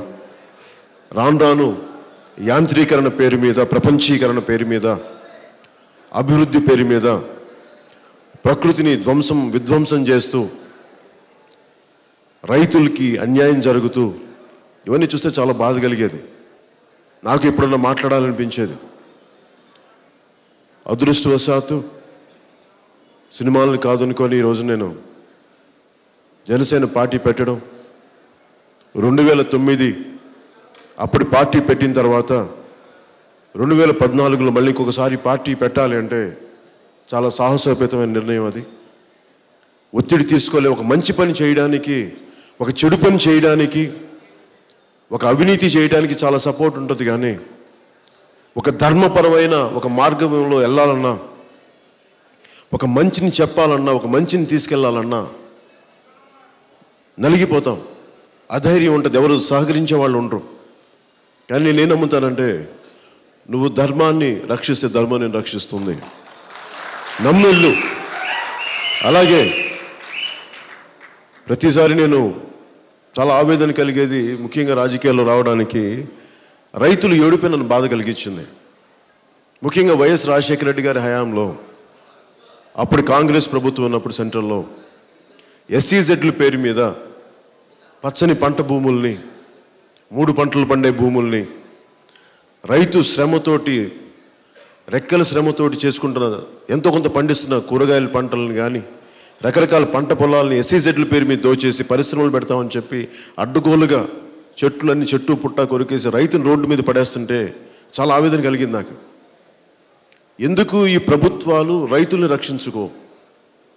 అన్నం పండించేవాడు, మనకు అన్నం పెట్టేవాడు రైతు, కనిపించే దేవుడు రైతు.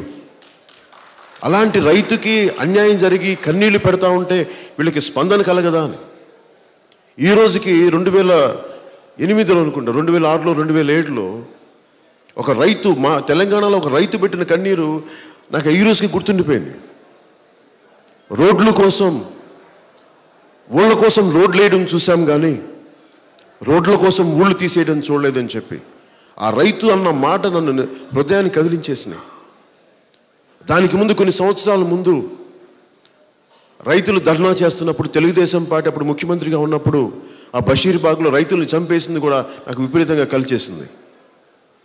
రైతులు వాళ్ళు ఏం ద్రోహం చేశారు? వచ్చి ఒక గిట్టుబాటు ధర వచ్చారు, కొంచెం అగ్రెసివ్గా వచ్చి ఉండొచ్చు, కొంచెం బాధతో ఎక్కువ మాట్లాడి ఉండొచ్చు, కానీ దాంట్లో మన శత్రువుల వాళ్ళు, మన అన్నదమ్ములు కాదా? వారికి ఆ హక్కు లేదా? అసెంబ్లీని ముట్టడిస్తున్నామంటే కాల్ చేస్తామా అని చెప్పి ఆవేదన కలిగేది నాకు. ఇవన్నీ చూసి సగటు మనకి ఆత్మహత్యల పేరు మీద చచ్చిపోవటం, గిట్టుబాటు ధర లేక నేను మహారాష్ట్రలో చూసేవాడిని. ఇవన్నీ చాలా బాధ కలిగించే అంశాలు. ఇవన్నీ చూస్తూ ఉంటే నాకు ఎక్కడ ఒక కవి చెప్పిన మాటలు గుర్తొచ్చినాయి. చనిపోతున్న ఒక రైతు ఉద్దేశించి ఒక కవి అన్న మాటలు, చెట్టుగా ఉంటే ఏడాదికి ఒక వసంతమన్నా దక్కేది, మనిషిని అన్ని వసంతాలు కోల్పోయానని చెప్పి అంత బాధాకరమైన పరిస్థితిలో ఉన్నారు.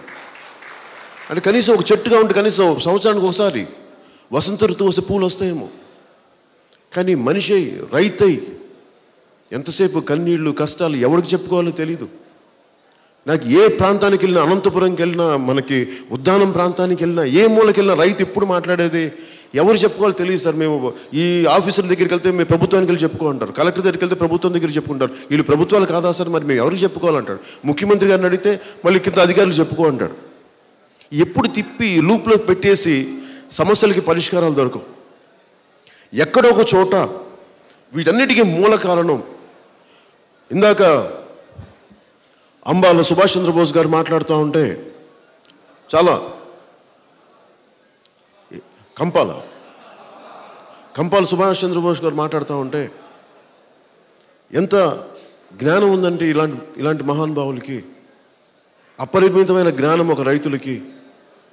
నేను మీ దగ్గర నుంచి చెప్పడానికి రాలేదు ఈ రోజున, మీ దగ్గర నుంచి నేను నేర్చుకోవడానికి వచ్చాను, మీ సమస్యలు తెలుసుకోవడానికి వచ్చాను. నేను ఒక 2 సెంట్ల భూమిలో వరి పండించినవాడిని, సినిమాలు మానేసి 2001లో 1 సంవత్సరం పాటు అదే చేశాను. అంటే మట్టి శక్తిని అవగాహన చేసుకోవడానికి. రైతు అంటే ఒక కవి చెప్తాడు, మట్టిలో నుంచి కస్తూరి పరిమళాలు తీసే వ్యక్తి రైతు అని చెప్పి, కడుపు నింపేవాడు రైతు. అంత గొప్ప రైతు ఈరోజు మన కన్నీళ్ళు పెట్టి సమస్యలు చెప్పుకోవాల్సిన అవసరం ఏముంది? గిట్టుబాటు ధర లేదని చెప్పాల్సిన అవసరం ఏముంది? అది ప్రభుత్వాల బాధ్యత కాదా? అధికారుల బాధ్యత కాదా? దీనికోసం చెప్పాలా? రోడ్ల మీదకి రావాలా? అన్నం పండించే రైతుకు మనం అండగా ఉండకపోతే ఇంకెవరికి అండగా ఉంటాం?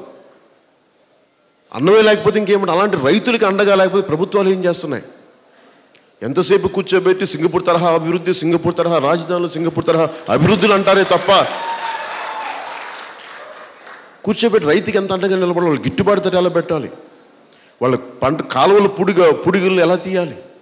ఏ మూలకి వెళ్ళినా, ఏ ఇరిగేషన్ ప్రాజెక్ట్కి వెళ్ళినా, ఇచ్చాపురం నుంచి కానీ అనంతపురం ఎక్కడికి వెళ్ళినా రైతు కన్నీరు విపరీతంగా కనిపిస్తుంది. తెలంగాణ మన కోనసీమ, ముఖ్యంగా మన కోనసీమ ప్రాంతానికి వస్తే, ఈ కోనసీమ బయట వాళ్ళకి మీకేముందని కోనసీమ ఉందంటారు, ఆంధ్ర వాళ్ళకి కోనసీమ ఉందంటారు. అందరి దిష్టి తగిలి తగిలి తగిలి తెలంగాణ విడిపోవడానికి కూడా మన కోనసీమ పచ్చదనం కారణమే. ఈరోజు పచ్చదనం ఉందని వస్తుంటే ఇందాక చూస్తే మనకి ఓఎన్జీసీ పైపులు మన పొలాల్లోంచి వెళ్తా అవి బద్దలైపోయి అవి నేను వచ్చాను, నాకు అవగాహన ఉంది దాని మీద. ఒకవైపు దాదాపు 20 అడుగులు కుంగిపోయింది, ఎంత అన్నారు 30 అడుగులు, 3 అడుగులు కుంగిపోవటం భూమి, ఉప్పు నీరు రావటం. ఎందుకంటే ఇందాక నేను పైన స్నానం చేస్తా ఉంటే నీరు చాలా ఉప్పుగా ఉంది, ఏంటి ఇలా ఉందనుకుంటా ఉన్నాను. పైన కోనసీమ నీళ్ళు అంటే కొబ్బరి నీళ్ళ ఉంటాయని ఊహిస్తే ఉప్పు నీళ్ళ ఉన్నాయి. అంటే ఎందుకు అంటే పర్యావరణాన్ని అంత తీవ్రంగా బీభత్సంగా చేస్తే, ఒక పద్ధతి పాడు లేకుండా చేస్తే, ఒకవైపు ఏమో మనం పర్యావరణానికి దెబ్బ కొడతా ఉన్నాం, ఇంకోసారి మన వ్యవసాయానికి గిట్టుబాటు ధర లేదు. ఒక బుజ్జ కొబ్బరి తోటలు ఉంటాయి ఒకవైపు. ఇందాక మీరు అడుగుతూ ఉంటే రాను రాను కొబ్బరి తోటలు మరుగైపోతాయి అనిపిస్తుంది. ఎందుకంటే అందరూ ఆక్వాకల్చర్ మీద పడ్డారు, అదొక విధ్వంసం అయిపోతూ ఉంటుంది. పచ్చడి మన కోనసీమ అంటే కొబ్బరి తోటలు పోయి, కోనసీమ అంటే మనకి టైగర్ ప్రాన్స్ ఉండి చెరువులు అయిపోతాయి కొద్ది రోజుల తర్వాత వెస్ట్ గోదావరి లాగానే అని బాధ ఉంది నాకు. ఎక్కడో చోటు కొంత బాధ్యతగా మనం దీన్ని ఒక క్రమ పద్ధతిలో తీసుకెళ్ళకపోతే, రైతులకి గిట్టుబాటు ధర లేకపోతే, మీరు అడుగుతుంది ఒక కొబ్బరి బొండం పండించడానికి తీసుకురావడానికి కనీసం 7 రూపాయలు ఖర్చు అవుతుంది మనకి. 7 రూపాయలు ఎంత చిల్ల, 7 రూపాయలు 40 పైసలు ఎంతో చెప్తా ఉన్నారు మీరు ఇందాక. కనీసం 10 రూపాయలు రావాల్సింది ఉంది. ఇదే మేము థాయిలాండ్కి వెళ్ళినా ఎక్కడికైనా వేరే విదేశాలకు వెళ్తుంటే థాయిలాండ్లోనే చూద్దాం. థాయిలాండ్లో చూస్తే అది ప్రిజర్వ్ చేసే పద్ధతి ఉంది. వాడు రెస్టారెంట్స్లో పెడతారు, అది దానికి బలమైన గిట్టుబాటు ధర ఉంది. వాడు పక్కన సింగపూర్కు మిగతా ఏషియాకంతా ఎక్స్పోర్ట్ చేస్తారు. అలాంటిది మనకి ఇంత బలమైన పంట ఉండి సరైన కొబ్బరి రైతు గిట్టుబాటు ధర లేకపోతే ఇందుకు కనీసం ఒక చెట్టు ఉంటే, మొన్న ఉద్యానంకి వెళ్తే ఒక రైతు చెప్తా ఉన్నాడు, కొబ్బరి చెట్టు అంటే నా ఇంట్లో పెద్ద కొడుకు ఉన్నట్టు, పెద్ద కొడుకు ఎంత బాగా చూసుకుంటాడు, నా కొబ్బరి చెట్టు అంత బాగా చూసుకుంటున్నాను. అలాంటి కొబ్బరి చెట్లు నేల మట్టం అయిపోయినాయి, నా పెద్ద కొడుకు చచ్చిపోయాడు అని బాధతో ఉంటే, కోనసీమలో కూడా తుఫాన్లకి దగ్గరున్న ప్రాంతం. గతంలో ఒకసారి చూసాం మనం, మళ్ళీ ఇప్పుడు కోలుకుంటా ఉంది కోనసీమ. రేపు పొద్దున తుఫాన్లు రావని గ్యారంటీ ఉంది. తుఫాన్లు వచ్చినప్పుడు మళ్ళీ మనం ఎలా పరిరక్షించుకోవాలి మన ఆర్థిక భద్రతని? ఇవన్నీ చూడాలంటే ప్రభుత్వాలు ముందు ఉండాలి, ప్రభుత్వాలు అండగా ఉండాలి. మీకు అందుబాటులో ఉండే ప్రభుత్వాలు కావాలి, మీకు అందుబాటులో ఉండే ప్రజాపాలన ఉండే ఎమ్మెల్యేలు కావాలి, ప్రజాప్రతినిధులు కావాలి. సో మేమేమి కోరుకుంటున్నామంటే, మేము మీకు ఏమి రిక్వెస్ట్ చేస్తున్నానంటే, ఇవన్నీ మీరు మాకు ఇచ్చారు. ఇది నేనేది ఒక సభలో కాకుండా మేము ప్రత్యేకించి ఒక దాదాపు మనోహర్ గారితో గతంలో కూడా అనుకున్నాం, ఒక 2-3 రోజులు మనం పశ్చిమ గోదావరి జిల్లా జంగారెడ్డిగూడెంలో కూడా మాట్లాడాను, అనంతపురంలో కూడా మాట్లాడాను. 2-3 రోజులు ప్రత్యేకించి రైతు సదస్సులు పెట్టి, ఎలక్షన్స్ కరెక్ట్గా ఒక దాదాపు మార్చి ఏప్రిల్ ఎప్పుడు ఎలక్షన్స్ అన్నా కానీ మనకి జనవరిలో ఎప్పుడో మేము ఈ టూర్స్ మధ్యలో ఒక 2 రోజుల నుంచి 3 రోజులు ప్రత్యేకమైన రైతు సదస్సులు పెడతాం. ఎందుకంటే ఒక్కొక్క ప్రాంతానికి ఒక ప్రత్యేకమైన సమస్య ఉంది. ఒక గిట్టుబాటు ధర కావచ్చు, కొన్నిసార్లు కొన్ని ప్రత్యేక పరిస్థితులు ఉన్నాయి.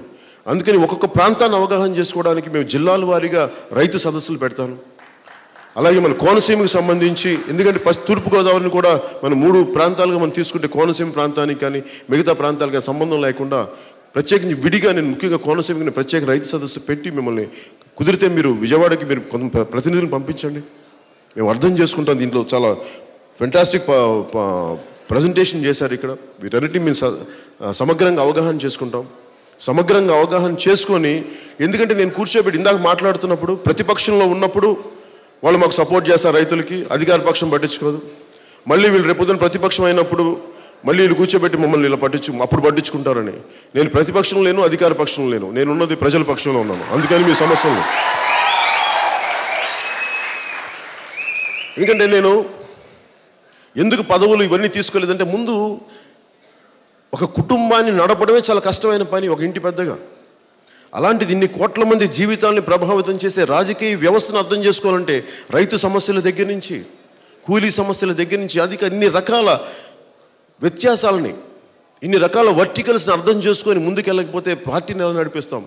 రేపు పొద్దున ప్రభుత్వాన్ని స్థాపిస్తే ఎలా అర్థం చేసుకోవాలి? ఎందుకంటే క్షేత్రస్థాయిలో ఎందుకు తిరుగుతున్నామంటే, అర్థం చేసుకోవడానికి, మట్టి శక్తిని అవగాహన చేసుకోవడానికి, రైతు తాలూకు కన్నీళ్ళని బాధని గుండెల్లో నింపుకోవడానికి, తద్వారా సమస్యలను పరిష్కరించడానికి.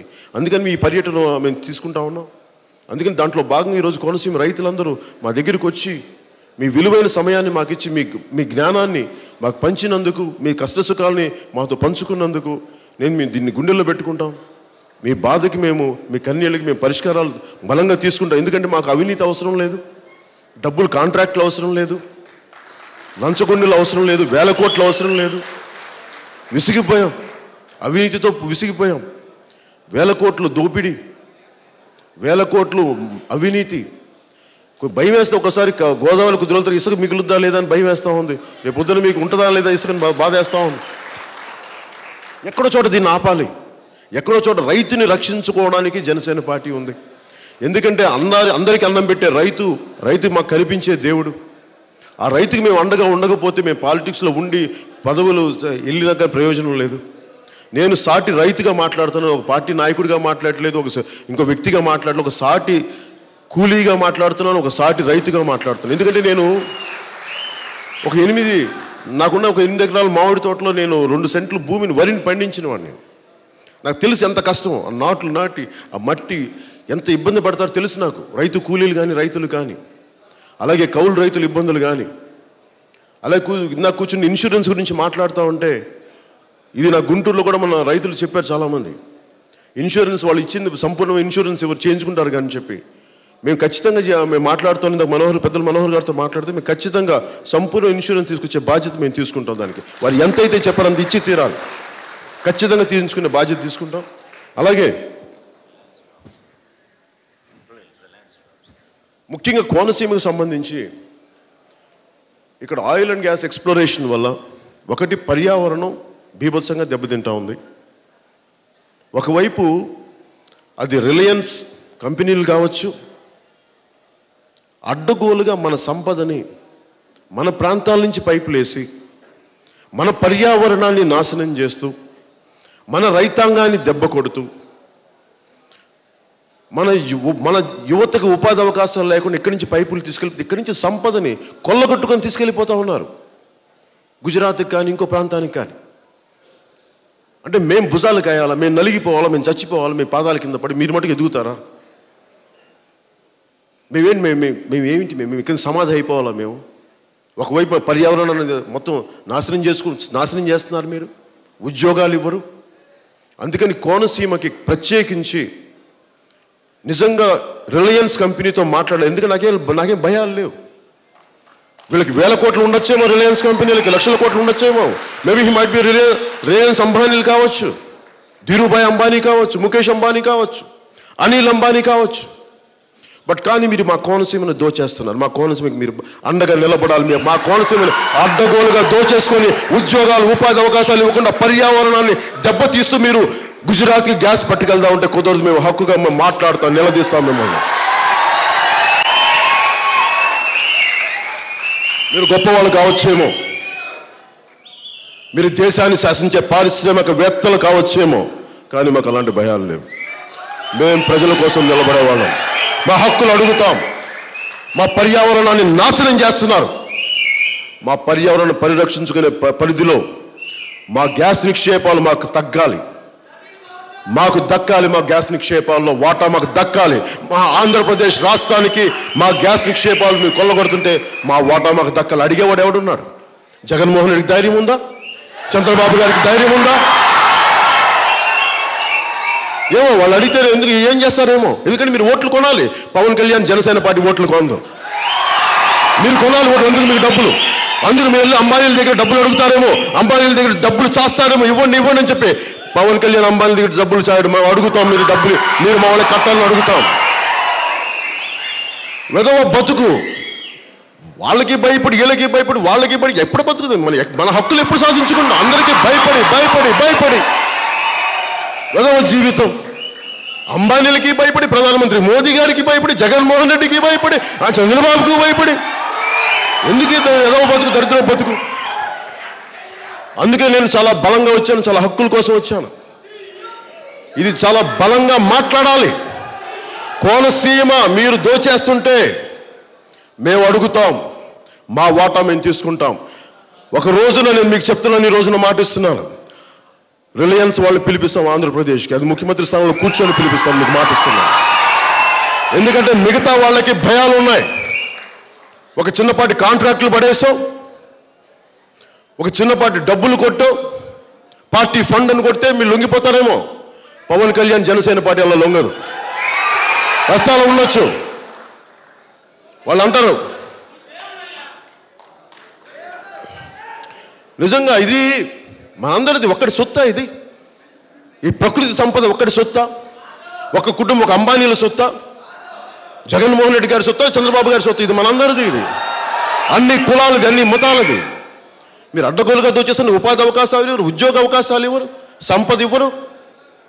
ఇక్కడి నుంచి తరలించుకెళ్ళిపోతారు ఏదో మీ సొమ్ములాగా. దీన్ని ఎక్కడో చోట ఆపాల్సిన అవసరం ఉంది. దానికి మేము అండగా నిలబడతాం. ముఖ్యంగా కోనసీమకి మన హక్కుల్ని మనం పరిరక్షించుకుందాం, మీకు అండగా నిలబడతామని తెలియజేసుకుంటూ, ముఖ్యంగా రైతులందరికీ నేను భరోసా ఇస్తున్నాను. మనం రైతు సదస్సులు పెడదాం. రైతు సదస్సులో మరింత కూలంకషంగా జాతీయ ఉపాధి హామీ పథకం రైతులు వ్యవసాయానికి అనుసంధానం చేయమని నేను చాలాసార్లు విన్నాను. 2-3 సందర్భాల్లో కొంతమంది ముఖ్యమంత్రులు మాట్లాడటం విన్నాను నేను. ఇది అందరికీ ఇదే అభిప్రాయం ఉంది. కానీ ఇందాక కొంతమంది పెద్దలు చెప్పినట్టుగా అంత గిట్టుబాటు అవుదని రకరకాలు ఉన్నాయి. దీంట్లో మరింత లోతుగా విశ్లేషించి అందరూ కోరుకొని అందరికీ ఆమోదయోగ్యం అయితే జనసేన పార్టీ కూడా దీనిని జాతీయ ఉపాధి హామీ పథకాన్ని వ్యవసాయం కోసం అనుసంధానం చేస్తానని మీకు తెలియజేసుకుంటా ఉన్నాను. అలాగే ఈ ఇన్సూరెన్స్ను కూడా గిట్టుబాటు ధర లభించేలా మీకు రైతులు గిట్టుబాటు ధర వచ్చేలాగా, అలాగే ఇన్సూరెన్స్, ఫుల్ క్రాప్ ఇన్సూరెన్స్ వచ్చేలాగా మేము చర్యలు తీసుకుంటాం.